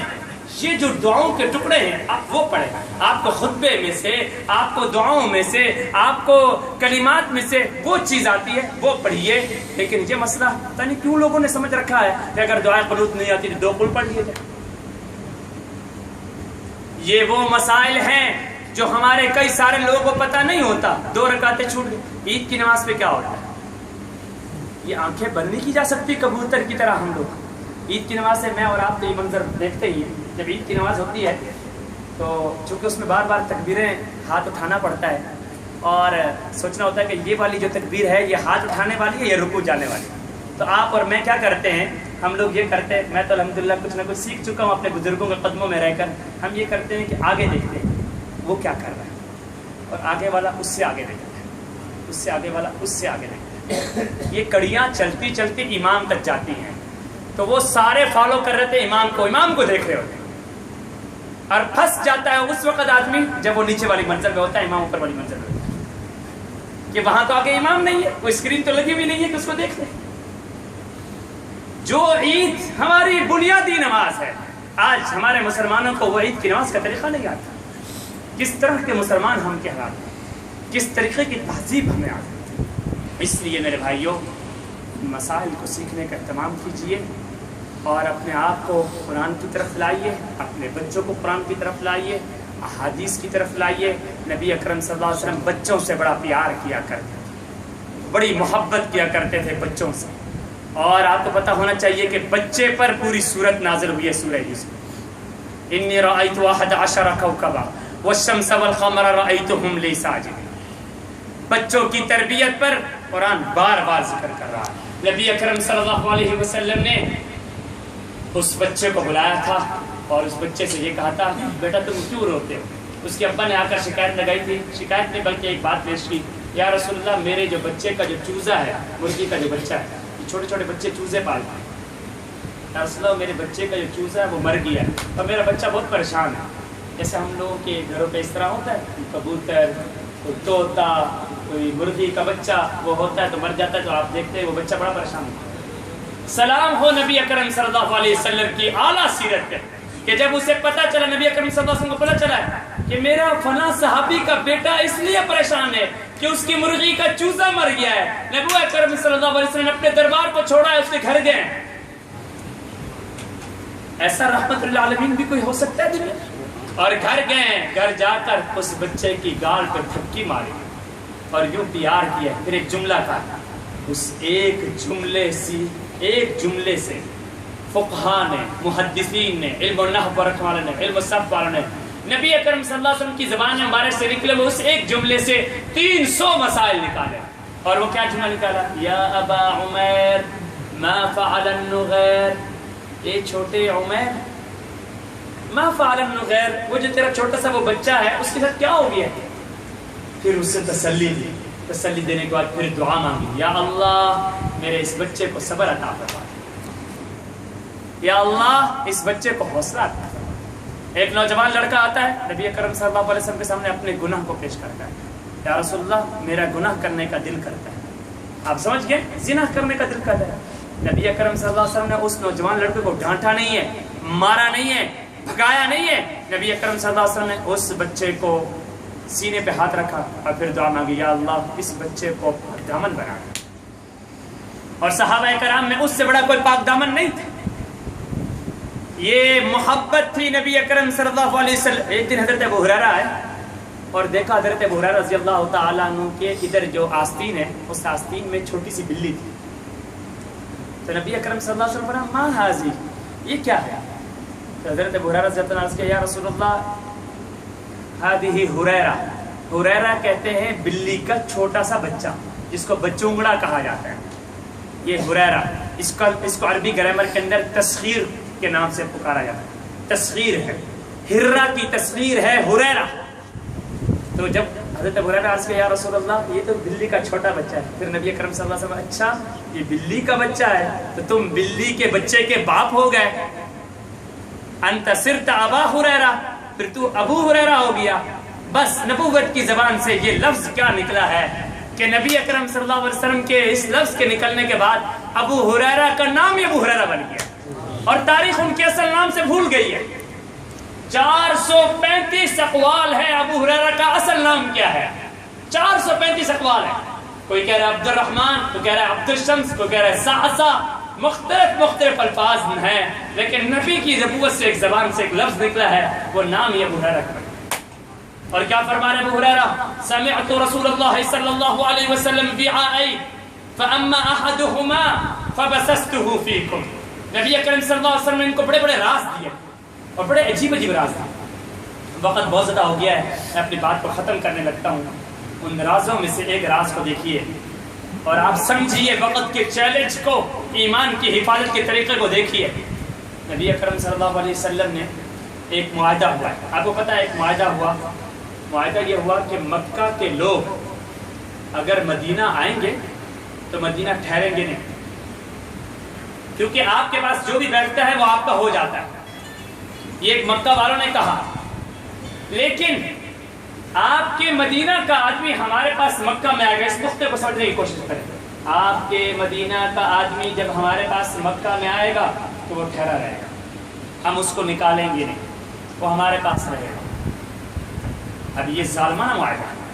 بھائی معاہدہ ایگریمنٹ جو ہوتا ہے وہ برابری کی بنیاد پہ ہوتا ہے کہ ٹھیک ہے مکہ والا آدمی مدینہ میں ٹھہرے گا، مدینے والا آدمی مکہ میں نہیں ٹھہرے گا. ذرا اس نقطے کو غور سے سمجھنے کی کوشش کریں.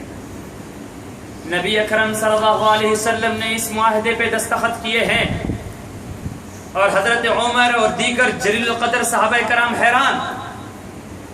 یہ کیسا ظالمانہ معاہدہ ہو رہا ہے کہ مدینے کا آدمی مکہ جائے گا تو وہ ٹھہرے رہے گا اور مکہ کا آدمی مدینہ آئے گا تو وہ نہیں ٹھہرے گا.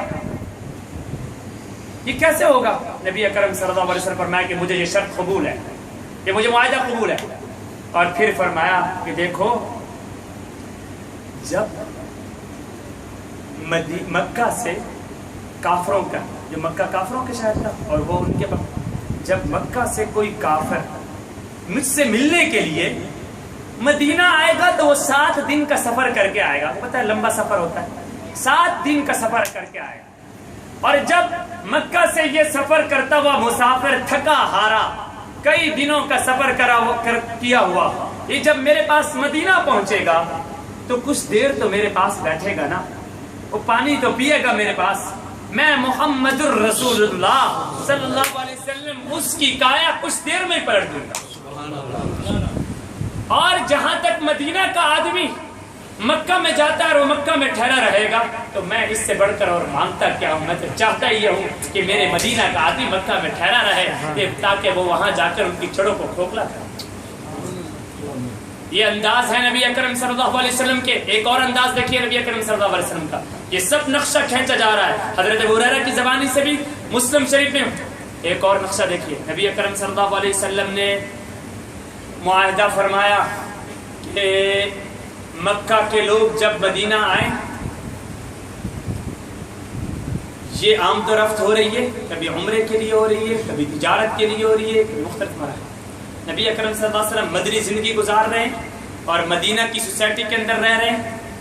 ایک دن نبی اکرم صلی اللہ علیہ وسلم نے ایک آرڈر جاری فرمایا کہ آج تمام صحابہ کرام میرے ساتھ رخت سفر باندھیں. اور میں نکل رہا ہوں سفر پہ. کسی صحابی نے سوال نہیں کیا, کوئی ہماری طرح چوچرا نہیں ہوا. نبی اکرم صلی اللہ علیہ وسلم نکلے ہیں اور صحابہ کرام کے پورے وفد کے ساتھ نکلے ہیں, اور راستے میں جب جا رہے ہیں تو نبی اکرم صلی اللہ علیہ وسلم کی عادت یہ تھی کہ 10 آدمیوں کی ٹولیاں بنائے گا, 10 آدمیوں کی پوری ٹولی بنائے گا, اور وہ 10 آدمی اپنا کھانا اپنا گرم کرنا, پانی کو گرم کرنا, اپنی ضروریات پوری کیا کریں. جب نبی اکرم صلی اللہ علیہ وسلم اپنے پورے قافلے کے ساتھ, اور یہ قافلہ کتنا ہے, 10,000 افراد کا قافلہ ہے. نبی اکرم صلی اللہ علیہ وسلم جب مکہ پہنچے ہیں, روایات میں آتا ہے جبل ابی قبیس کے پاس جب آئے ہیں تو جبل ابی قبیس کے پہاڑ کے قریب پہنچ کر نبی اکرم صلی اللہ علیہ وسلم نے رات کے وقت سارے قافلے کو یہ کہا کہ اب 10 آدمیوں کی ٹولی نہیں بنے گی, بلکہ ہر آدمی اپنا اپنا کھانا خود بنائے گا, ہر آدمی اپنی آگ خود جلائے گا. ادھر سے ابو سفیان جو اس وقت تک مسلمان نہیں ہوئے تھے, وہ دیکھ رہے تھے کہ کتنے افراد آئے ہوئے ہیں, تو 10,000 آدمیوں نے اپنی اپنی آگ خود جلائی ہوئی تھی, کسی نے ادھر, کسی نے ادھر, کسی نے مختلف میدان کے اندر گراؤنڈ. ابو سفیان نے گنتی شروع کی تو دیکھا کہ یہ 10,000 آگ لگی, اور انہوں نے اس کو جمع کیا کہ ہر آگ کے ساتھ 10 آدمیوں کی ٹولی ہوتی ہے, حالانکہ انہیں پتہ نہیں ہے کہ نبی اکرم صلی اللہ علیہ وسلم کا حکم بدل گیا ہے. تو ابو سفیان نے 10,000 آگ کی گنتی کرنے کے بعد اپنے ساتھیوں کے ساتھ مل کر ابو سفیان نے یہ کہا کہ یہ 10,000 آدمی نہیں بلکہ 1,00,000 افراد, حالانکہ افراد تو 10,000 تھا. ابو سفیان نے مکہ کے اندر یہ خبر پھیلا دی کہ بھائی محمد الرسول اللہ صلی اللہ علیہ وسلم کا بہت بڑا لشکر آ رہا ہے, جس لشکر کا مقابلہ کرنا ہمارے بس میں نہیں ہے, اب تم سب مکہ والے اٹھو اور مقابلہ کرو. اب نبی اکرم صلی اللہ علیہ وسلم یہ میڈیا کی جنگ لڑی ہے, یہ چیلنج کو سمجھے ہیں نبی اکرم صلی اللہ علیہ وسلم. جب صبح ہوئی ایک پرجوش صحابی نے نعرہ لگایا, الیوم یوم الملحمہ, آج کا دن انتقام کا دن ہے, آج ایک ایک چیز کا انتقام لیا جائے گا. حمزہ کا انتقام لیا جائے گا, خبیب کا انتقام لیا جائے گا, سمیہ کا انتقام لیا جائے گا. جن کافروں نے نبی اکرم صلی اللہ علیہ وسلم پر اوجھڑیاں پھینکی تھی, جن کافروں نے نبی اکرم صلی اللہ علیہ وسلم کو ساحر کہا تھا, مجنون کہا تھا, دیوانہ کہا تھا, آج ہم تمام چیزوں کا بدلہ لیں گے. لیکن اس پرجوش صحابی کا ہاتھ نبی اکرم صلی اللہ علیہ وسلم نے پکڑا اور پکڑ کر فرمایا الیوم یوم الملحمہ نہیں, الیوم یوم المرحمہ, آج کا دن رحمت کا دن ہے. نبی جب کسی بستی میں داخل ہوتا ہے وہ اس بستی کو برباد نہیں کرتا, وہ اس بستی کی کایا نہیں پلٹتا, بلکہ نبی جس بستی میں داخل ہوگا وہ رحمت کا پیغام بن کر داخل ہوتا ہے. نبی اکرم صلی اللہ علیہ وسلم مکہ میں داخل ہوئے, یہ تاریخ کی سب سے بہترین جنگ ہے. یہ کیا کہ جو شخص خانہ کعبہ کے خلاف کو پکڑ لے گا وہ امن میں ہے, جو شخص مسجد حرام میں داخل ہو جائے گا وہ امن میں ہے, جو شخص ابو سفیان کے گھر داخل ہو جائے گا وہ امن میں ہے. اب ساری دنیا حیران کہ نبی اکرم صلی اللہ علیہ وسلم نے ابو سفیان کے گھر کو پناہ کا گھر کیوں قرار دیا. خانہ کعبہ کی بات بھی سمجھ میں آتی ہے, غلاف کو پکڑنے کی بات بھی سمجھ میں آتی ہے, لیکن یہ سمجھ میں نہیں آ رہا کہ نبی اکرم صلی اللہ علیہ وسلم نے ابو سفیان کے گھر کو پناہ کا گھر قرار کیوں دیا. جب نبی اکرم صلی اللہ علیہ وسلم داخل ہوئے تو پھر کچھ لوگ بھاگتے ہوئے جا رہے ہیں ابو سفیان کے گھر پہ. ابو سفیان کے گھر پہ ابو سفیان کہتا ہے مقابلہ کرو نبی کا. لوگ کہتے ہیں نبی نے تمہارے گھر کا پناہ کا گھر قرار دیا ہے اور آپ کہہ رہے ہیں مقابلہ کرو, ہم نہیں نکلیں گے. نبی اکرم صلی اللہ علیہ وسلم کی سوچ یہ تھی کہ یہ جب کافر اس گھر میں داخل ہوں گے تو ابو سفیان اور ان کافروں کے درمیان آپس میں گتھم گتھا ہوگا, یہ دشمن کی فتح یہی ٹوٹے گی, دشمن شکست کھانے لگے گا.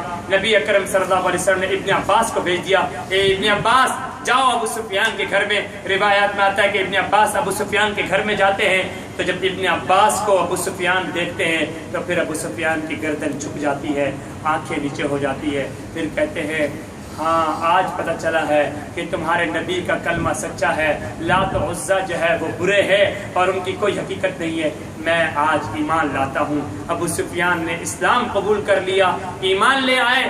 کچھ عرصے کے بعد کسی نے سوال کیا یا رسول اللہ خانہ کعبہ کی بات بھی سمجھ میں آتی ہے, غلاف کی بات بھی سمجھ میں آتی ہے, لیکن یہ سمجھ میں نہیں آتا کہ آپ نے ابو سفیان کے گھر کو پناہ کا گھر کیوں قرار دیا. نبی اکرم صلی اللہ علیہ وسلم نے فرمایا سنو, جب میری بیٹی فاطمہ چھوٹی تھی تو میری بیٹی فاطمہ کو ابو جہل نے تھپڑ مارے تھے صرف اس وجہ سے کہ وہ محمد الرسول اللہ کی بیٹی ہے. تو میں نے اپنی فاطمہ کو کہا تھا اے فاطمہ جاؤ ابو سفیان کو جا کے شکایت لگاؤ، ابو سفیان تمہارا بدلہ لے گا۔ جب ابو سفیان کے پاس یہ فاطمہ گئی ہے تو ابو سفیان نے برچھیں اٹھائی ہے اور جا کر ابو جہل کو پکڑا ہے اور کہا خبردار، آج کے بعد اگر تو نے نبی اکرم صلی اللہ علیہ وسلم کی کسی اولاد پہ ہاتھ اٹھایا تو میں تمہارا سر تن سے جدا کر دوں گا۔ نبی اکرم صلی اللہ علیہ وسلم فرمایا کہ اس وقت میرا دل زخمی تھا، میرے زخمی دل پر مرہم ابو سفیان نے رکھی تھی، آج ابو سفیان کا دل زخمی ہے، میں نے سوچا کہ میں آج اس کے گھر کو پناہ کا گھر قرار دے کر اس کو وہ پرانا انعام دے دوں اور اپنے احسان کا بدلہ اٹھا۔ اللہ تعالی ہم سب کو ان باتوں پر عمل کرنے کی توفیق عطا فرمائے۔ بس کافی وقت ہوا ہے، اسی بات کو زندہ کرنے کی ضرورت ہے، ایمان کی تازگی کی ضرورت ہے۔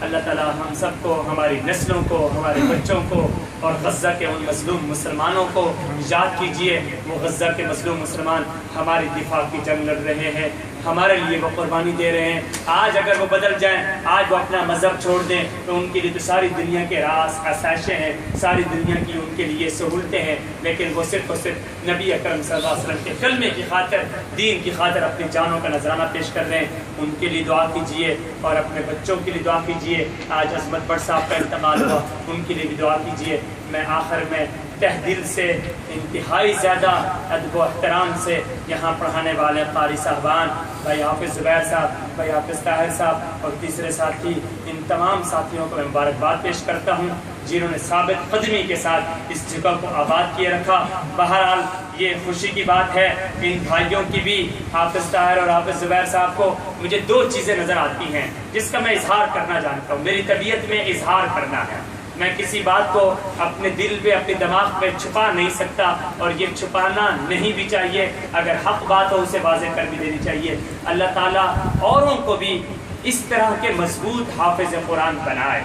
ماشاءاللہ علماء سے محبت کرنے والے یہ لڑکے ہیں، علماء سے، دینداروں سے، اکابر سے، جب بھی ہانگ کانگ کے اندر کوئی بھی عالم دین آتے ہیں تو ماشاءاللہ یہ نوجوانوں کی ایک پوری جماعت ہے جو ان علماء کے ساتھ محبت کا برتاؤ کرتے ہیں، انہیں عزت دیتے ہیں، اپنے کام کاج چھوڑ کر ان کے ساتھ لگ جاتے ہیں۔ اور دوسری خصوصیت جو حافظ زبیر صاحب اور حافظ طاہر صاحب کی مجھے بڑی اچھی لگتی ہے اور میں چاہتا ہوں یہ سب کی ہونی چاہیے کہ ان پر ان کے استاذوں کی محنت ہے، قاری عبید صاحب کی محنت ہے اور استادوں کی محنت ہے کہ ماشاءاللہ ان کا قرآن بڑا مضبوط ہے۔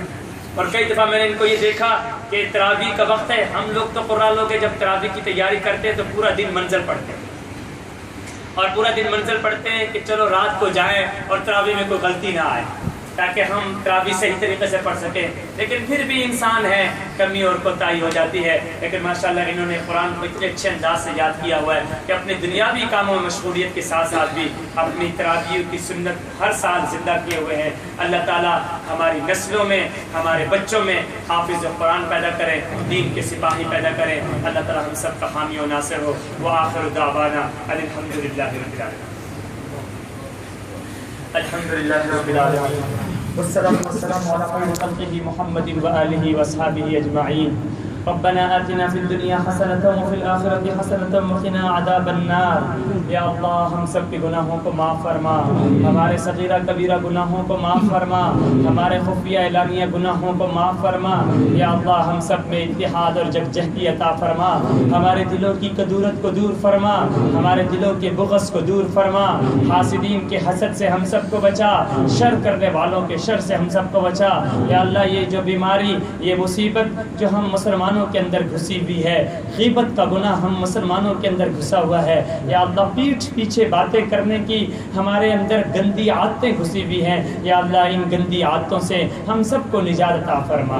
یا اللہ ہم سب کو سچا اور پکا اور صاف گو مسلمان بنا دے۔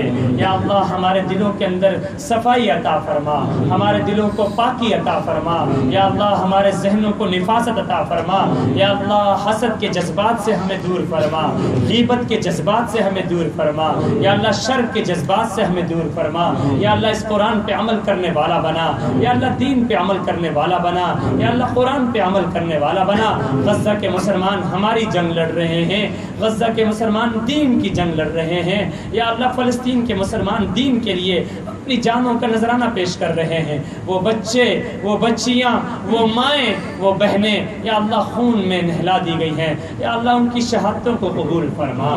یا اللہ ہم مجرم ہیں، ہم نے جرم کیا ہے کہ ہم ان کی مدد بھی نہیں کر سکتے ہیں، یا اللہ ان کی مدد بھی نہیں کر سکتے ہیں، صرف یا اللہ ہاتھ اٹھا رہے ہیں۔ یا اللہ ہم مجرمانہ غفلت کا شکار ہے، ہمارے اس جرم کو معاف فرما، ہمارے اس جرم کو معاف فرما یا اللہ۔ ہمارے سامنے کل کوئی بہانہ نہیں ہوگا یا اللہ۔ یا اللہ ان کی لاشیں کٹ گئی ہیں، ان کے بچے شہید ہو گئے ہیں، ان کے گھر برباد ہو گئے ہیں، وہ جنازہ بھی نہیں پڑھ سکتے یا اللہ۔ ان کی جنازے جب ہوتے ہیں ان جنازوں پر بھی بمباریاں ہو جاتی ہیں، شہادتیں ہوتی ہیں یا اللہ۔ باپ کے سامنے بیٹے کی لاش تڑپ رہی ہوتی ہے، ماں کے سامنے اس کی بیٹی کی لاش تڑپ رہی ہوتی ہے یا اللہ۔ یہ منظر ہم اپنی آنکھوں سے ویڈیو میں دیکھ رہے ہیں یا اللہ۔ یا اللہ اس جرم کو معاف فرما، اس جرم کو معاف فرما، اس جرم کو معاف فرما یا اللہ۔ ان کی مدد فرما یا اللہ، ان کی مدد فرما یا اللہ۔ تو وہی ہے جس نے فرعون کے بیڑوں کو یا اللہ فرعون کو غرق کر دیا تھا یا اللہ، فرعون کے حواریوں کو برباد کر دیا تھا۔ آج کے فرعون کو بھی یا اللہ برباد کر دے یا اللہ۔ آج کے فرعون کو اگر ہدایت مقدر میں نہیں ہے تو ان کو عبرت کا نشان بنا دے یا اللہ، ان کو عبرت کا نشان بنا دے یا اللہ۔ یا اللہ پوری دنیا میں اسرائیلی، یہودی، امریکن، برطانین یا اللہ، پوری دنیا کے اندر جو جو کفار مسلمانوں کو یا اللہ غصب کر رہے ہیں، مار رہے ہیں، قتل کر رہے ہیں یا اللہ، تو بھی انہیں نیست و نابود فرما دے یا اللہ، تو بھی انہیں نیست و نابود فرما دے یا اللہ۔ انہیں عبرت کا نشان بنا دے، ان کی بحری بیڑوں کو سمندر میں غرق کر دے یا اللہ۔ ان کے فوجیوں کو غرق کر دے، ان کے سپاہیوں کو غرق کر دے، ان کے ٹینکوں کو برباد کر دے۔ وما رمیت اذ رمیت ولکن اللہ رما، وما رمیت اذ رمیت ولکن اللہ رما کی یا اللہ عملی تفسیر بنا کر یا اللہ اسرائیل کی یا اللہ اسرائیل کے ملک کو سب ہستی سے مٹا دے یا اللہ۔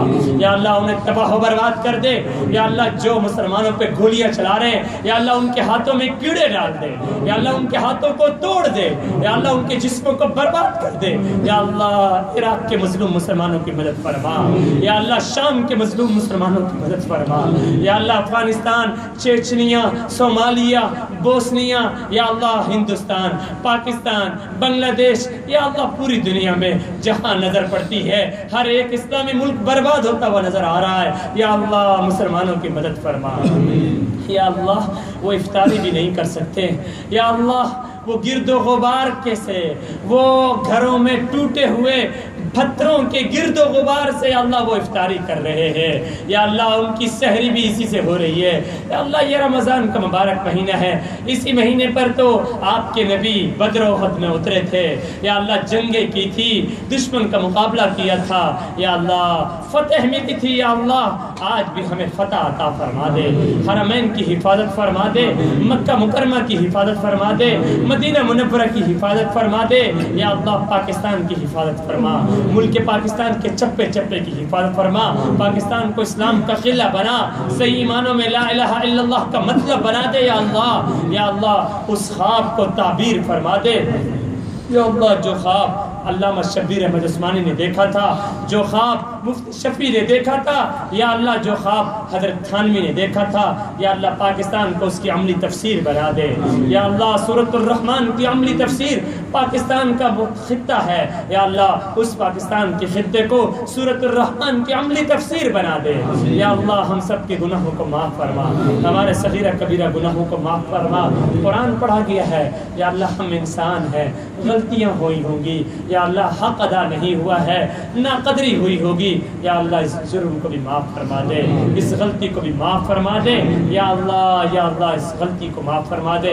جتنے حاضرین بیٹھے ہیں یا اللہ، اپنے دلوں کی مرادوں کو یا اللہ پیش کرتے ہیں، آپ بھی بہتر جانتے ہیں یا اللہ۔ سب کی جائز مرادوں کو پورا فرما دے، جائز حاجات کو پورا فرما دے یا اللہ۔ ہانگ کانگ کے مسلمانوں کی حفاظت فرما، بچوں کی حفاظت فرما، بچیوں کی عزتوں کی حفاظت فرما یا اللہ، ایمانوں کی حفاظت فرما یا اللہ۔ جو مسلمان مرتد ہو رہے ہیں یا اللہ ان کو ایمان کی سلامتی عطا فرما، انہیں ایمان کی سلامتی عطا فرما، انہیں ایمان کی دولت عطا فرما، انہیں ایمان کی حفاظت عطا فرما یا اللہ رحم و کرم والا معاملہ فرما یا اللہ جو قیدی ہیں یا اللہ مختلف جیلوں کے اندر قید ہے یا اللہ ان کو قیدیوں کو اس جیلوں سے نجات عطا فرما یا اللہ مجاہدین کو غلبہ عطا فرما، دین اسلام کے سپاہیوں کو غلبہ عطا فرما، پوری دنیا کے مسلمانوں کو غلبہ عطا فرما۔ اس وقت اعتکاف کی سنت پوری دنیا میں ادا کی جا رہی ہے، حرمین کے اندر بھی لاکھوں لوگ اعتکاف میں بیٹھے ہوں گے یا اللہ ان کی نیکیوں کے طفیل یا اللہ ان کی عبادات کی طفیل یا اللہ ان کے عمرے کی طفیل یا اللہ ان کے صفا اور مروہ کے طفیل یا اللہ ان کے طواف کے طفیل یا اللہ نبی اکرم صلی اللہ علیہ وسلم کے روزہ اطہر کی زیارتوں کے طفیل عبادات کے طفیل ہم سب کے گناہوں کو معاف فرما یا اللہ ان عمرہ کرنے والوں کے عمرہ کو قبول فرما، ان کی برکتوں سے ہمارے گناہوں کو معاف فرما یا اللہ صغیرہ کبیرہ گناہوں کو معاف فرما، خفیہ اعلانیہ گناہوں کو معاف فرما، رحم والا معاملہ فرما، کرم والا معاملہ فرما۔ ربنا لا تزغ قلوبنا بعد إذ هديتنا وهب لنا من لدنك رحمة إنك أنت الوهاب۔ صلى الله تعالى على خير خلقه محمد وآله وأصحابه أجمعين برحمتك يا أرحم الراحمين۔